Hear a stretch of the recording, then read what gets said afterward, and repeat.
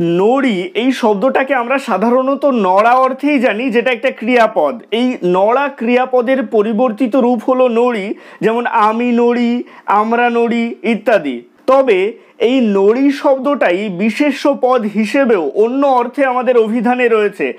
জানেন এই নড়ি শব্দের অর্থ কি? এই নড়ি শব্দের অর্থ হলো দণ্ড, লাঠি বা অবলম্বন। যেমন নাতনিটাই অন্ধ গায়কের নড়ি। আবার নর এই শব্দটাকে আমরা মানুষ, পুরুষ মানুষ বা ঋষি বিশেষ এই সকল অর্থে জানি। তবে এই নর শব্দটাই বিশেষ্য হিসেবে বাংলা অভিধানে অন্য অর্থেও রয়েছে। জানেন এই নর শব্দের অর্থ কি? এই নর শব্দের অর্থ হলো সারি, পংক্তি বা শ্রেণী। এই নর শব্দের বিশেষণ পদ হলো নরি, যার অর্থ পংক্তি বিশিষ্ট বা শ্রেণীবদ্ধ। যেমন সাত নরি হার। ভিডিওটা কেমন লাগলো অবশ্যই কমেন্টে জানাবেন। ভালো লাগলে লাইক এবং শেয়ার করতে ভুলবেন না।